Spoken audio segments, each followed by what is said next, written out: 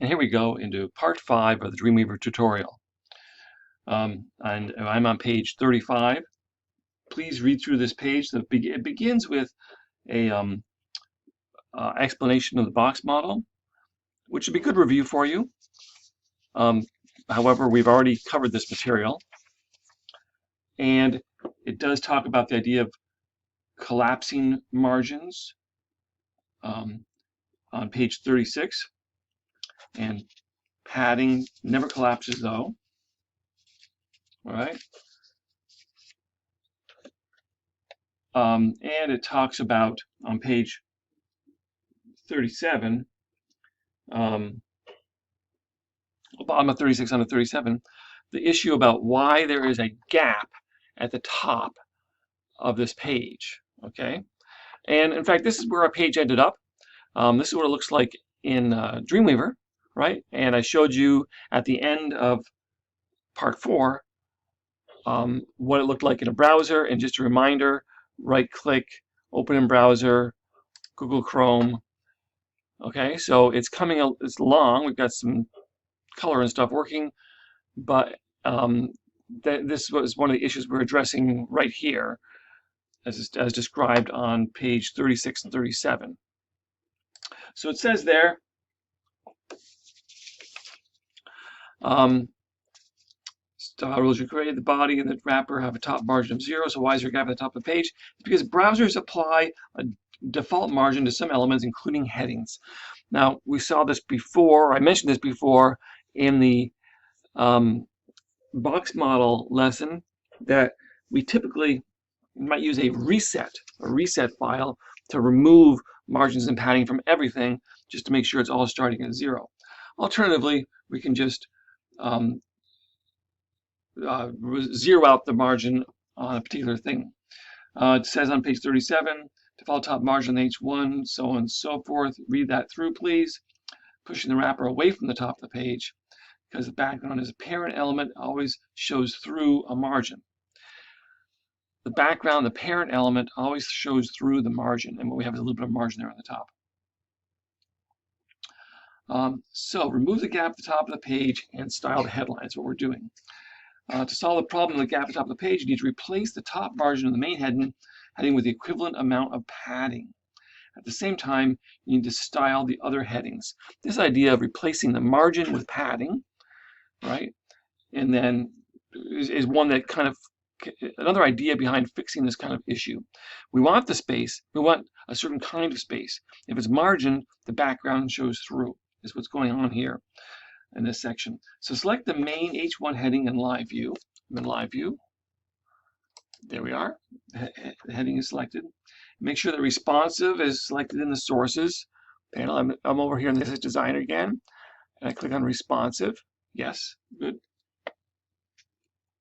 I've been noticing that in this version of the program, sometimes my focus seems to leave the responsive in this box, but it seems to be putting the rules in the proper place. If you ever ended up with other choices in here, that would be a big problem. Okay. And we do want to really make sure it was on the correct one, because you want your styles to go into the right style sheet and not go into, for instance, the top of the CSS in like an embedded style sheet. Let's imagine that happened though. Would it be a disaster? No, it would not. You could just go in and grab that stuff in code view and then go paste it in the CSS document and continue along like that. Remember, you can always go under the hood and just jump right into the code and write things like you would have in brackets or Notepad++. All right, and then it says show sets should not be checked. We have to make sure our selector is correct. Hold on just a moment. Did you notice that the show sets button wasn't available to me? Well, that was because I didn't actually have a selector selected. We want to select wrapper, and by selecting it, we're telling it the next rule is going to be written after that. Then the show sets becomes available here, and we do not want it selected. And to look back in the instructions, select source panel, show sets. Next selector should go after wrapper.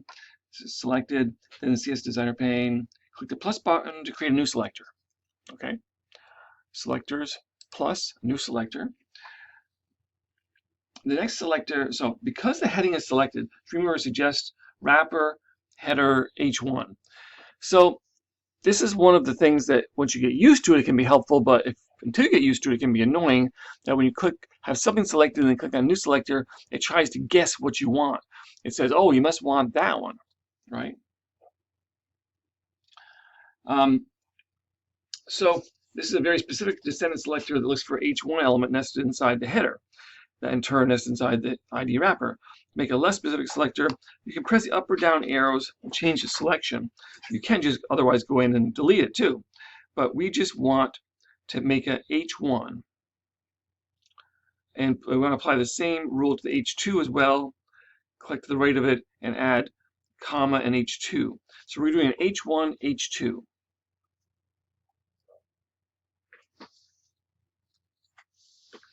So if I use as it describes up arrow, I can go to H1 and I can put in a comma and I put in H2. And then I can hit enter and enter again. So I have an H1, H2 group selector. So it talks about up and down arrows may be annoying. You can just find it easier to just go in and type what you want. Then we're going to click this. We're going to do the text icon. And we're going to enter the following properties.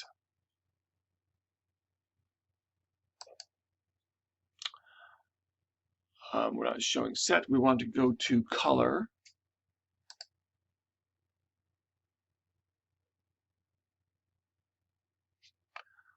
And we're going to go into undefined and choose hashtag 1E, 1E, 1E.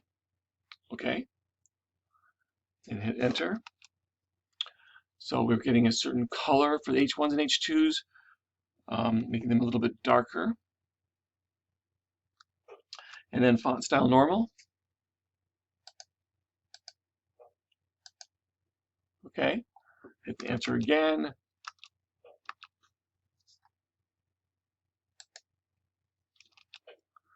And then font weight 400.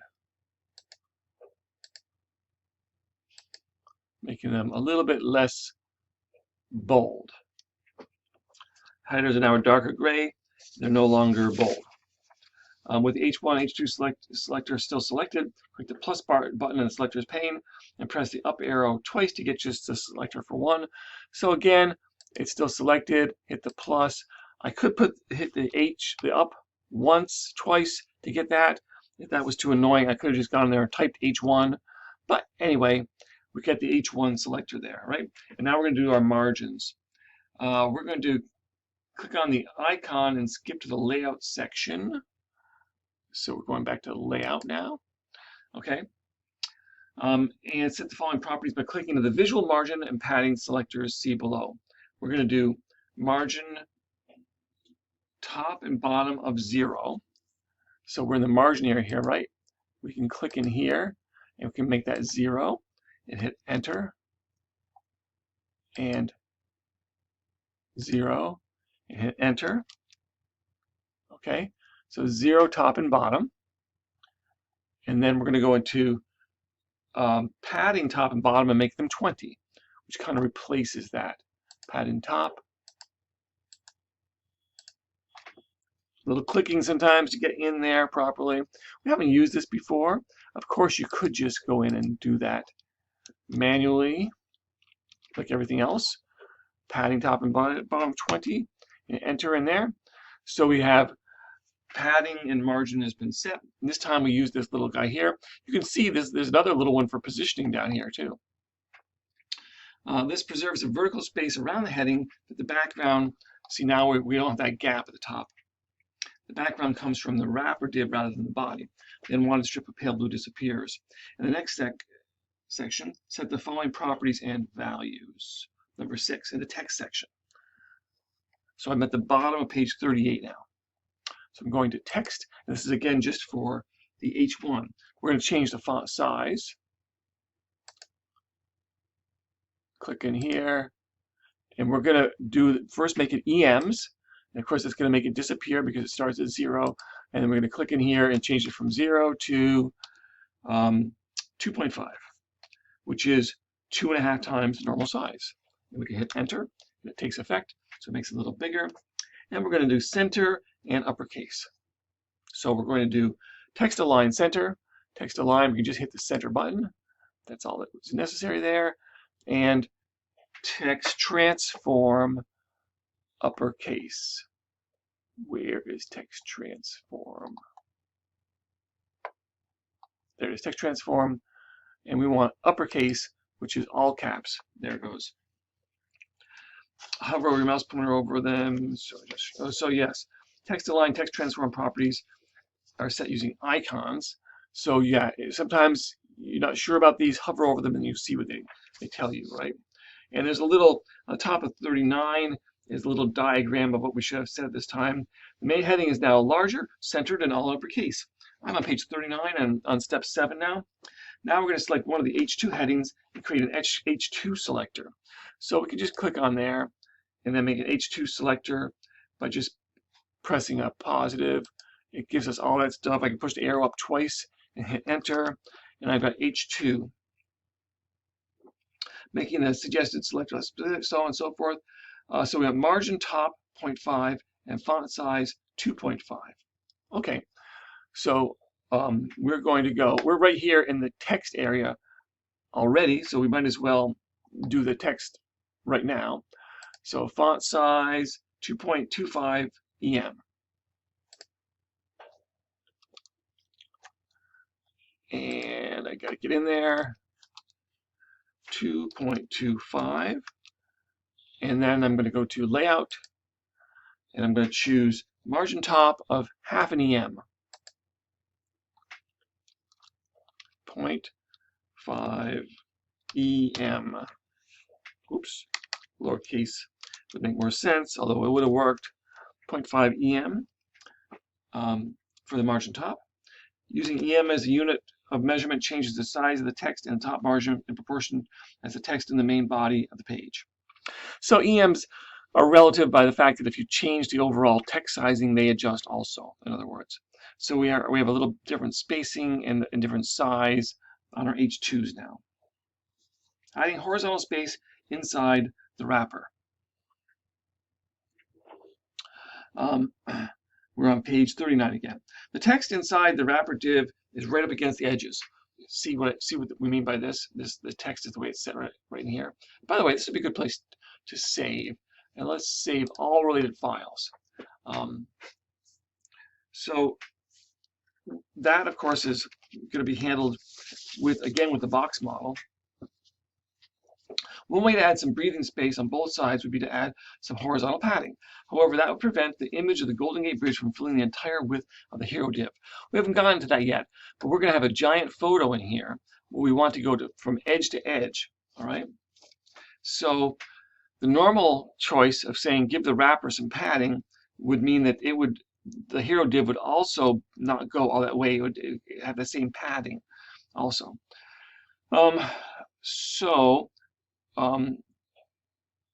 Instead, create a group selector for main and aside with the following properties and values. So we're going to deal with these sub sections, main and aside. And we're going to give a margin left and right of 4%. So that's going to push that a little bit. We have main and aside. So how are we going to do those? A couple ways. We can just add the group selector. We could click in what we think is the main, click on the main here, and then if we added a plus, it says main, but then I could go comma, aside, and enter twice. We have main and aside. We do margin left and right of 4%, and it'll be adjustable that way too. So margin left and right 4%.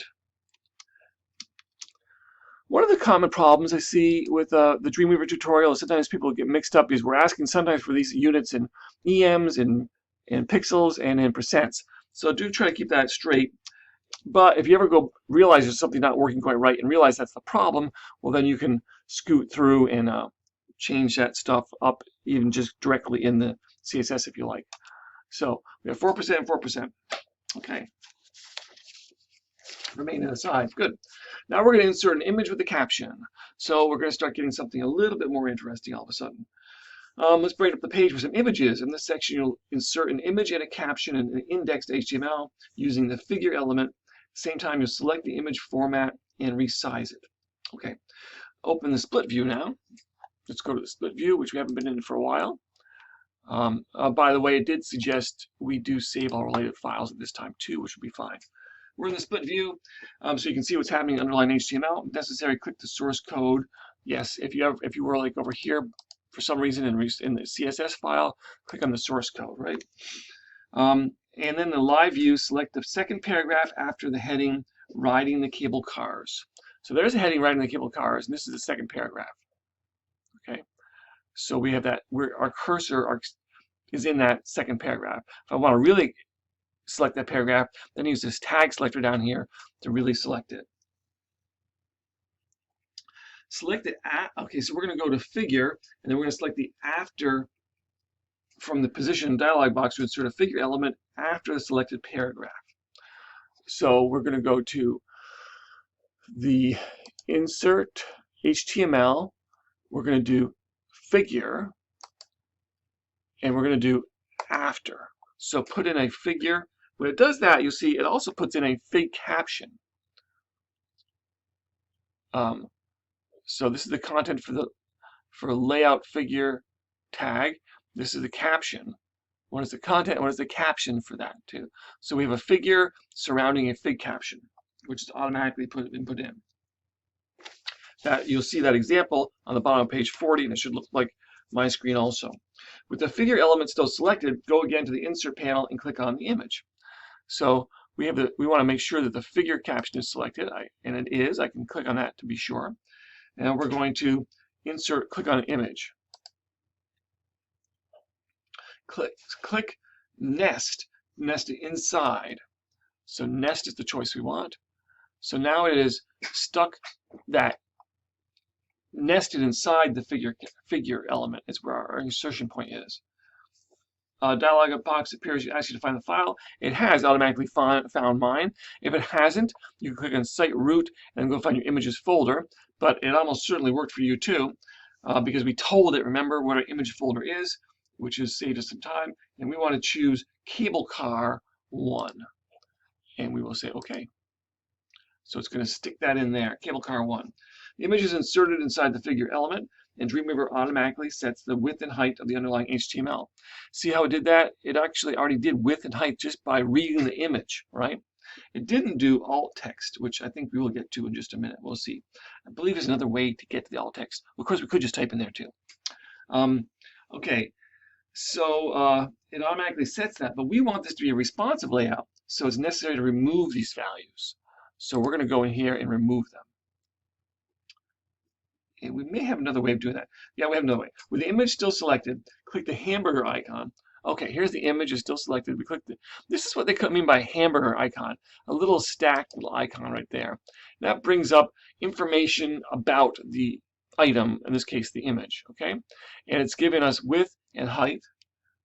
We're going to delete those values, leave them blank, and click away to close this this is called an inspector, I guess.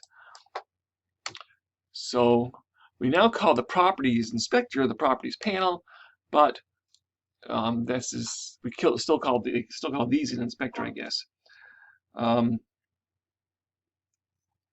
Click away to close the inspector. We see that those width and heights went away now. Okay, good. Double click the placeholder text for the figure element. Into edit mode, select it and press delete to leave just the image in there. So this stuff here, in other words. Okay, I want to get rid of this text. This is the content for the figure tag. I'm going to delete that out. We'll leave that caption text in there.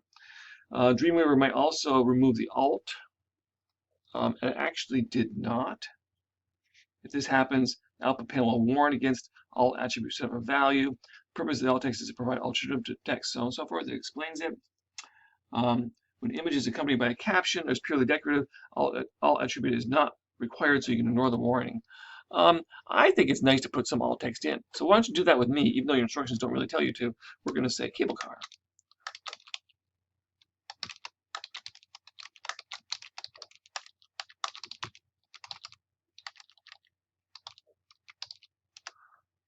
Did I misspell San Francisco? I believe I did. Hold on. Oh, that was weird. I had trouble spelling that. But it actually just still looks strange to me. Okay. All right. So you could put whatever you like for alt text in there. Okay. So yes, it is true though. If you didn't have alt text in there, you might get a warning. The Dreamweaver will prompt you if it senses that the alt text is missing. So double-click the caption placeholder text and replace it with the cable car terminus near Union Square. Okay, so we're right here in the live view again. We're going to get this stuff here. We're going to select all this. It talks about double-clicking.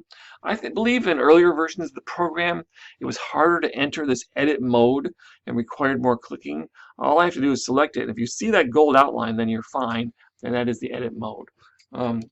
So we are just going to say whatever it was I told you to write here.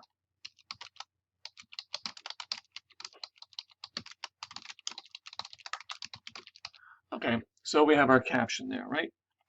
And we're going to save. We might as well save everything now too. Good idea. Okay, we're on page 41. Insert the second image. In the split view, look into the source code of index and put your cursor inside the opening of the div with the ID of hero. So we have a div up here with the ID of hero. So you just put your cursor right in there. So that's just before the paragraph that starts Bayside B keeps you. From the insert menu, choose image and choose a Golden Gate Bridge. So we're gonna do insert image, and we're gonna use the Golden Gate Bridge photo there. And we can say OK or double click on it. We've done the same thing. So sticks the image in there. Good. The image of the Golden Gate Bridge should be inserted between the list of bullet points and the paragraph. And it seems to have been. I can go just to my live view to look. It's between there and between there. That looks good to me. Okay, split view again. Don't worry if it's the wrong position. You could fix that in a moment. Well, okay. With the image still selected, click the hamburger icon to bring up the Quick Property Inspector. So we're going to use this Property Inspector again. Okay. Do remember, do see this is where we can put alt text too. And in fact, in the alt field, go type Golden Gate Bridge into the alt field.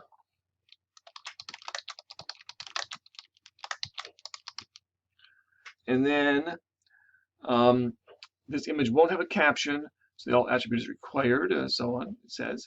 The image will automatically resize depending on the screen resolution, so the dimensions are not needed. Delete them. We want to get rid of our width and height again. Width and height are nice to use, but the issue is if we're going to make images resize based on percentages, for instance, having the width and height in there in the HTML is going to be a problem.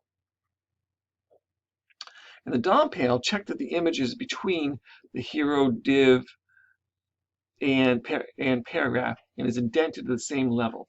So this is another place we can check. Click off and that inspector will take place. This is another place where we can see if things are in the right place. And if you look at my little diagram on the page, on page 42, it should look like my screen does here. And if it is in the wrong place, you can go ahead and drag it to the right place in here too.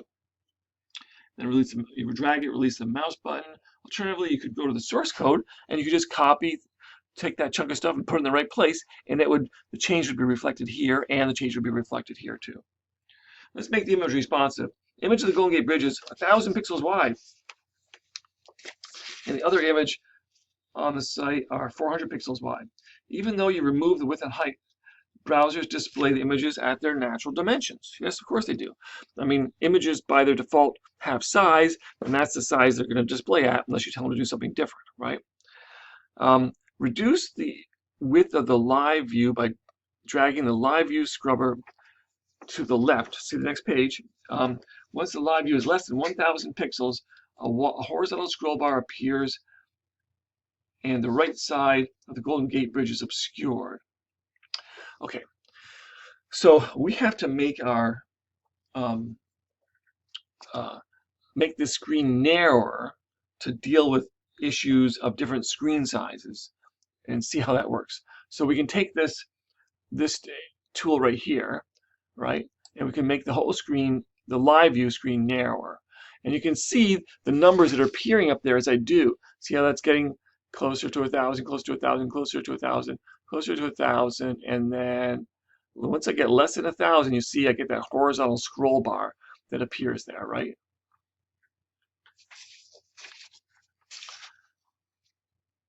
As explained in the directions between page 42 and 43, if your screen was already narrower for one reason or another, because of where you're working or how you're working, then this wouldn't be an issue. If you had already seen that you had this scroll bar here, then you were fine to continue without having done that. All right, so again now, as it says on step 2, and by the way, this thing is called the Live View Scrubber. Okay. So unless otherwise given other instructions, the CS Designer choose all. So let's go back to the CSS Designer. All is selected. Responsive is selected. That's correct. And unchecked show set is unchecked. Good. And select whatever rule is at the bottom of the list. Main and aside is selected already. That's why, and that's fine. We want, in other words, we want our next rules to appear below here. With the image of the Golden Gate Bridge selected in live view, the image is still selected. If it wasn't, I would go back and select it now, like that. Okay, good. Create a new selector in the CSS Designer. Press arrow up and wants to change suggested selector to Hero IMG. So we're going to hit this in order to get the Hero IMG, but it also is including wrapper. So I go up one arrow. But remember, I could just go in there and delete wrapper too. That'd be fine. Okay, and then I hit enter for it to confirm it. This creates a descendant selector, which in other words, it says not just every image, but the image that's inside the hero, right? And we're going to set the following properties. They're both in the layout section. Max width 100% and display block. So we are in the layout section, and we have max width of 100%. We're going to go to percent. It disappears because it starts at 0. This is in this odd little thing here. And 100%. Hit enter and display block. The choice is block. This is where you can see we have lots of other display commands, and many of which we've never even used. Interestingly, it doesn't appear they have display flex here. Huh.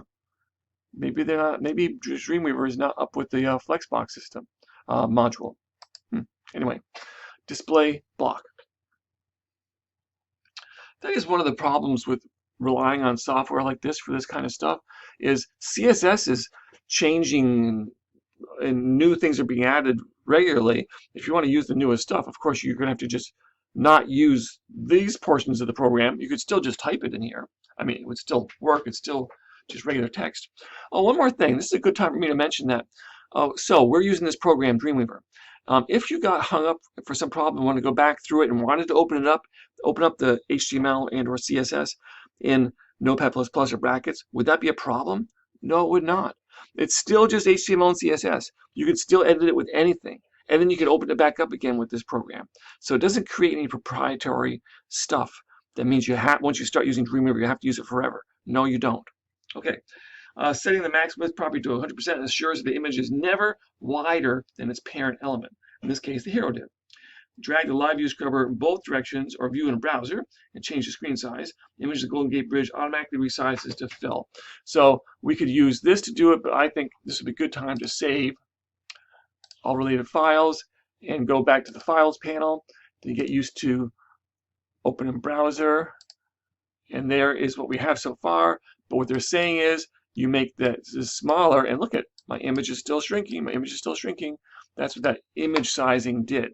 And the fact that we didn't use padding for the wrapper, instead we use margin on these elements here, means why we have it actually going out to touching the edge of the wrapper, which does kind of look kind of nice.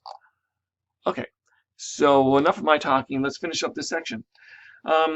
drag so on and so forth. Go get an illustration. The next page shows us. Okay, good. On page 44, shows just what I showed you. Select the image of the cable car in live view now. There's the image of the cable car. and press the arrow up once. This moves the selection up the HTML hierarchy to select the parent figure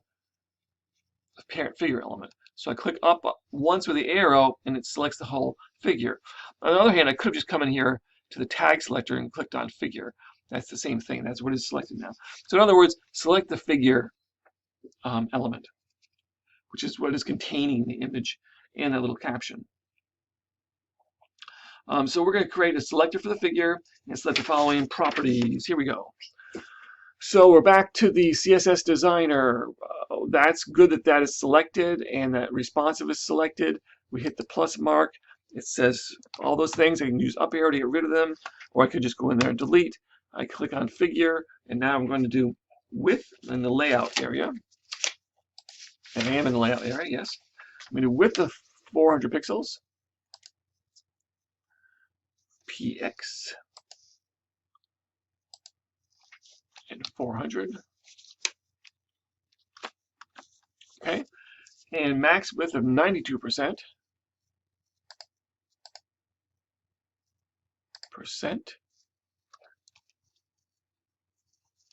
Get in there. I find these little boxes a little bit annoying. And display block. Okay. Act like a block. And margin left auto. Margin left and right are auto. Okay. So we're going to go in here and choose and write in here auto. And this one will write in here auto.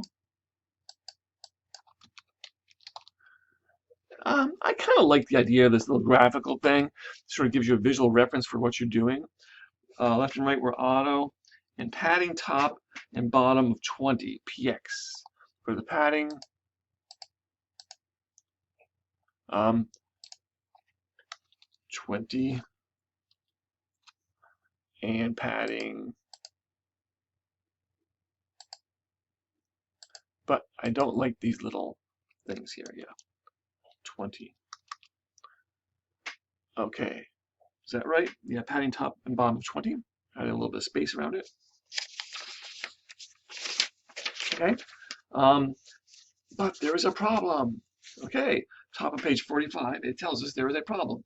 If we resize live view or the browser to narrower than 400 pixels, the visual guide for the figure element shows that the max width property of 92% is overriding the width, and the element is centered horizontally, but the image is spilling out on the right side. Okay, let's see what they mean here. Let's save this. Remember, we always want to save everything before we view in a browser, and I prefer to look in the browser than the live view, which is good, but not exactly what we're getting. Truly exactly. Open browser. There we are. Okay, so we're looking at this area down here. So far, right now, that looks nice, but then we make it narrow. That's too narrow. Make it narrower, narrower, narrower, narrower. They're saying that the problem is, yeah, that we could perhaps see this better in this example. Let's just look at the live view, and again, if we make this narrower, actually, I think it's actually responding fine.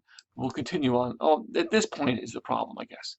I guess at a certain point we are not going down.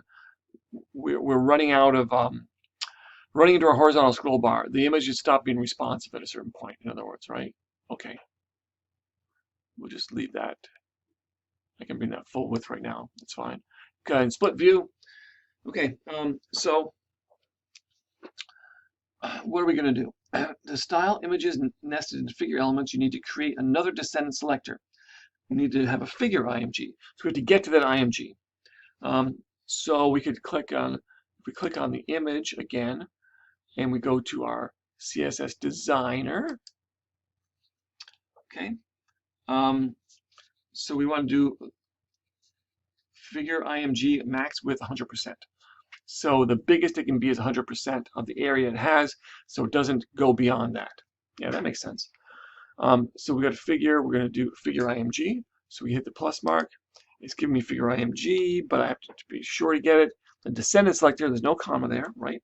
Hit enter. And then we do max width, which again is in the layout area, which we were kind of in, but we can see it better if I click on it. It goes to the top. And max width of 100%. And I got to click in there again.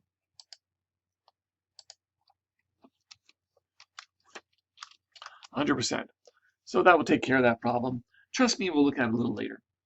While you're still working with this figure element, create a selector for fig caption, and let's set the following properties and displays. So we want fig caption to act in a certain way, so we might as well make that. So I could click on the figure caption, and then I could do a plus mark. And again, I can use my arrows, or I can just go in there and delete, and I can hit enter. So I've got a fig caption selector now, and we want to do display block.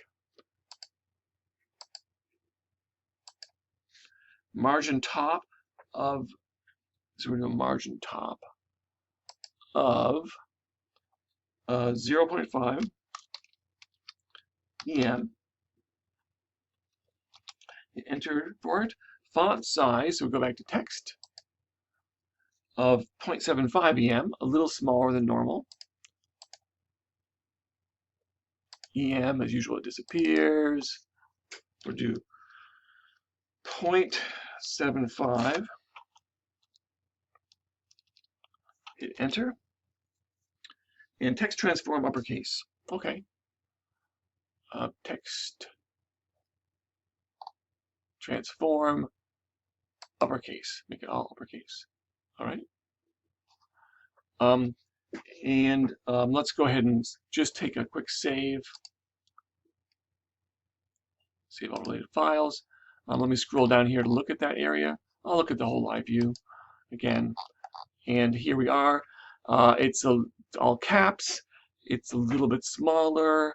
And I believe if we make it, use our scrubber and make it narrower, whoops, it's going to keep on getting narrower and narrower. And it's not going to give me the horizontal scroll bar now. Very nice. Okay. Whatever. Okay, we are nearing the end of this section, I believe. Well, we're going to do something brand new for you. Idea of using a CSS filter. CSS filters are heading into the world of CSS animation, really. It's getting some response from an image based on some characteristics we're giving it. For instance, when you hover over it. Most modern browsers now support CSS filters. Let's create some simple styles to convert an image to grayscale and reveal the color version when you mouse over it. So that's a pretty neat idea. So we're going to select the image of the cable car in live view and click the plus button on the IMG element display. So here we go. Let's go back to split view and let's scroll down to find this. We found that, and we're going to click on the plus button on the element display, which is this plus button right here, right? Okay. And now we're going to type dot grayscale, which is going to be a class, right?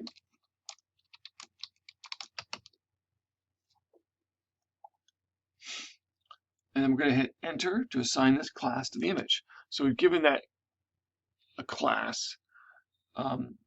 And its select source is responsive, and that is correct. So we hit enter again, and that goes away. So now that has a class of grayscale.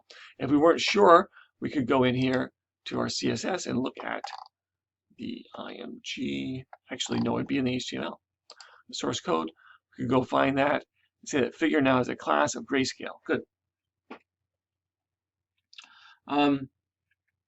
So make sure responsive is selected in the pop-up menu that appears. Click away to dismiss it, or enter was the same thing. Select the grayscale selector. Dreamweaver has created in the selectors panel. So we now have automatically, when we use the element display here to assign a class or an ID or something, it automatically makes it a selector in CSS, and it's waiting for us to do something to it.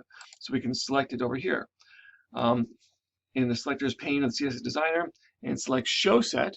In this case, what have we applied to it? Nothing. But this is going to let us just type in some stuff, which I don't think we would have normally found this in any of the other pull downs from the inspector. Use the add property value to set the following properties and values. Or we could just type this into the code view. But I might as well just do it here, just because we're using this program, so why not? So we're going to do, it's hyphen WebKit hyphen filter. Again, now we have some, these are called vendor codes for particular browsers, because this is some new stuff. It needs, certain browsers need certain options given. And then our value is going to be, oh, I hit enter. Oops. Try that again. Hyphen WebKit hyphen filter. And I could just select it there so I don't screw it up. And then I hit a, it's going to be grayscale.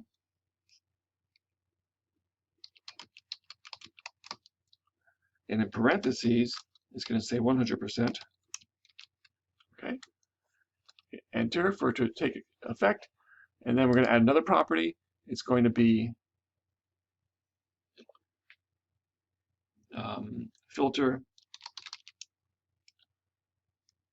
enter. And then beside it, we're going to put in grayscale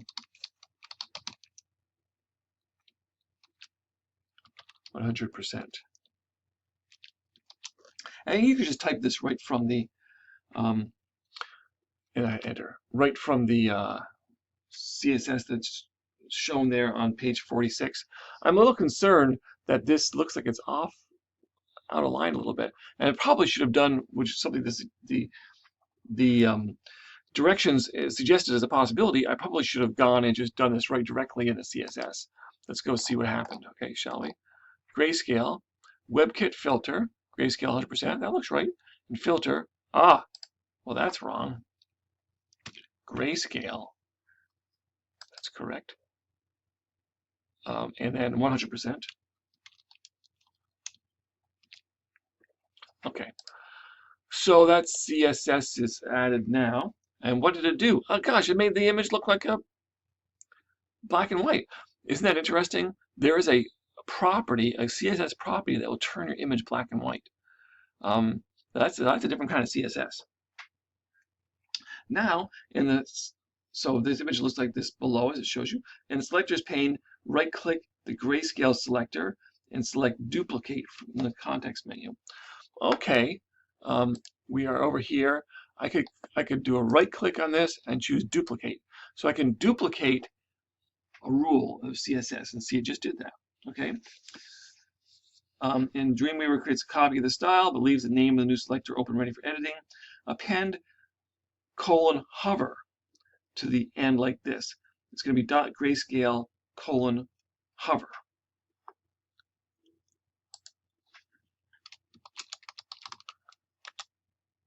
So this is now a pseudo class of hover on this. And you've learned a little bit about pseudo classes. You can read about them in your text. And then there's more later on when we do links before long in this tutorial. In the properties panel, double click on the value of each property and change it to grayscale 100%. Or we can just do it right in here. And I'm just going to do it over right here. So we're going to change these grayscales from 100% to 0%. So that when we hover over it, it becomes grayscale 0%. And you can guess what that is, right? I'm going to save all related files. And now when we hover over it, we're supposed to get that. Hold on just a second. Grayscale, hover over the image in live view. The image is now in color. Let's just see if that took effect here. We'll just go to live view. Yes, it did. So I hover over it and it changes it to color, or back to normal, in other words. And this image is unaffected. It's just this image. So that's a filter CSS filter, there's a lot of other things you can do with CSS filters. You can read about them in your textbook. For cross-browser compatibility, we needed to have that WebKit filter, a hyphen WebKit. Older browsers that don't understand, ignore either property and just display the image in color. Okay, this is going to be a long chunk, but we really are getting close to the end. This has been an important section, so take a breather. I'm going to also, and then we'll continue on page 47. Okay, on page 47, giving a paragraph a unique style. The paragraph that we're really talking about, I'm going to go to split view, is saying the paragraph between the image Golden Gate Bridge and the first H2. So between the Golden Gate Bridge and the first H2, this paragraph right here. But that paragraph is nested inside the hero div. In fact, if I go to my source code, we will see that what's selected is that paragraph, which is inside that hero div here, right? So we're going to use a descendant selector of a hashtag hero P for that. Now, where in our style sheet should that go? It makes the most sense to put that, for instance, just after the hero IMG. So we select that rule first. That will be fine. That will get us put it there in the CSS. It makes sense to keep similar rules or rules about similar things together in the file. So we're going to go to add a selector. It's of course going to give us more than we need. One up arrow will take care of it though. I hit enter. So that is now selected. I do want to have all. I do want to have responsive. I don't want show set on anymore. So I'll uncheck that. And I'm going to click on text. Well, the text. We'll give the text color property.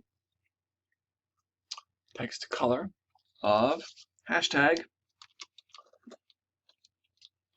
F68979. Okay. Hit enter for that to take effect. It's kind of an orangey color, very similar to the bridge. And you see the color in that little paragraph has changed now, right? Give the text color property, so on. Only that one did. Yes, set the font weight to 600. So we're going to make it quite a bit bolder. Somewhat bolder. Okay.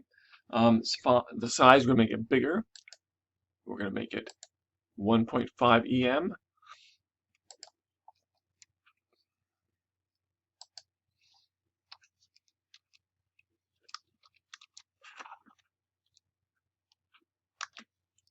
So we made it bigger. Scroll down and see it is quite a bit bigger. There you go. Convert the text to uppercase. Sure. Uppercase icon. Excuse me.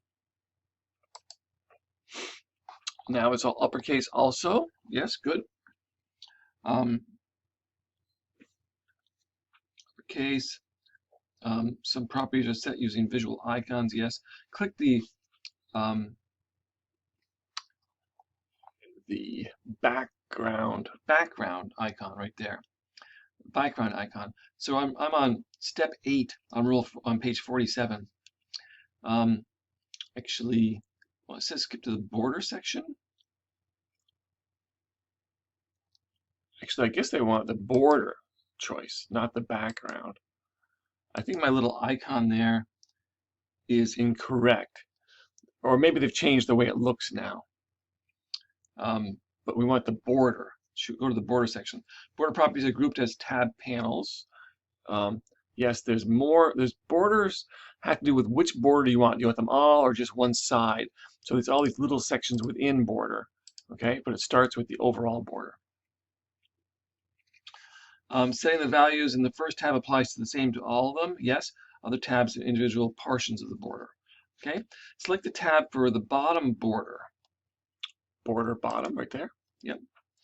And set the width to 3px and the style to solid. So width, we're going to do px and make it 3. Oops. Upside just jumped out of there. Bottom width. Okay. 3px. Enter. And then the style is going to be solid. So we made a 3px bottom border, and it's going to be solid. There's no need to specify a color because the default color for the border is inherited from the text of the current element. Okay, let's just take a look at this in preview mode. Now, we were getting a little bit confused by the fact that the editing field is this gold, but when we click away, we see that it is working. We just have a bottom border here. You might have been worried that you had the whole border affected, but no, it's just that this editing field is gold, so that was kind of doing that. Select the tab for the bottom border and so on. So number 10, complete the styles for this paragraph. Click the whatever icon, the layout icon. The icons, I think, are a little bit different from one program version than another. So we wanted border before, but now we want layout. Okay, good. Locate the padding visual tool and set the values on the left and right to 4%. Padding, not margin, left and right, 4%.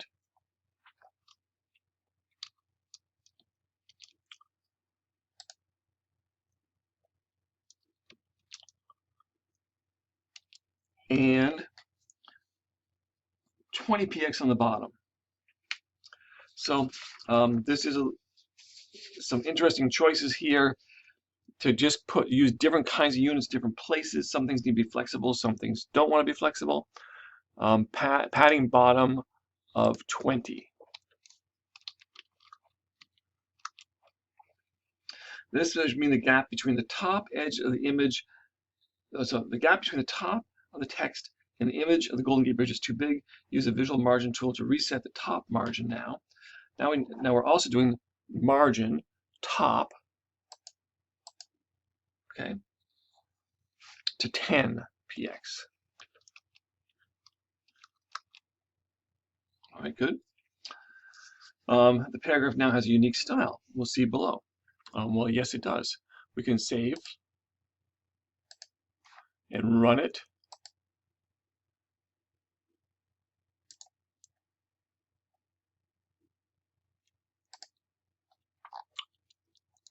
Oops, did I not get a good save on that? That does not look right. I don't. Save all related files. And then files, index, open in browser. That looks better. Okay, good. Okay, so that's what it should look like.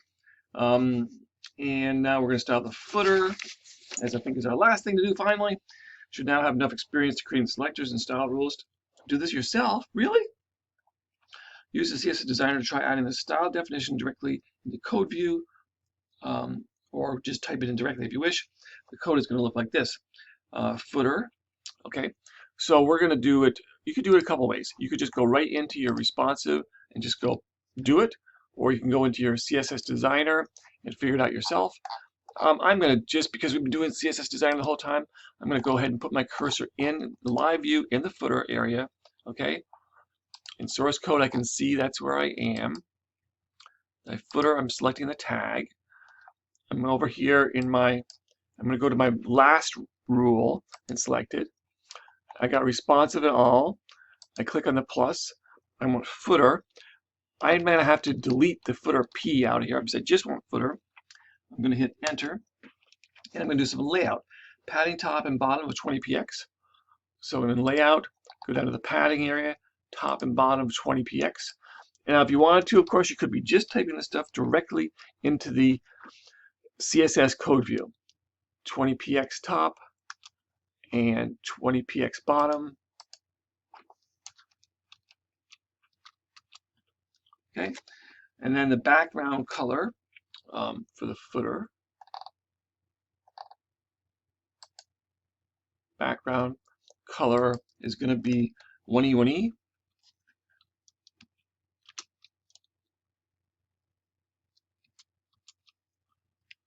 1E. And then the text color, So you should be able to figure out by now where these things kind of are. It's going to be white, which is going to be FF, hashtag FFF for white, right? And then, oh, you could use the word white if you wish. And then the font size is, enter. We're going to go to text. We are in text actually. Font size of 0.8 EM. It disappears. We click back in. It's very annoying. 0.8. And the text align is going to be center. Okay, that should work. That should do it. Let's take a look at our footer and see what happened there. I'll just do this in live view. Scroll down. So our footer is now black with that information. Hey, if you want to change that to say 2021, you be my guest and do that. Let's save it, and you can view your on your browser to see what you think. So we're going to save. Make sure we save all related files. We go to Files. We go find a file, Index, open in browser, and Google Chrome. And this is where we are now. And our page is starting to come along with some interesting ideas. Okay, thanks for sticking with me for what is nearly an hour of a tutorial. On to part 6, and then our final part is part 7. Hopefully these won't be quite as long, but we'll see how it goes.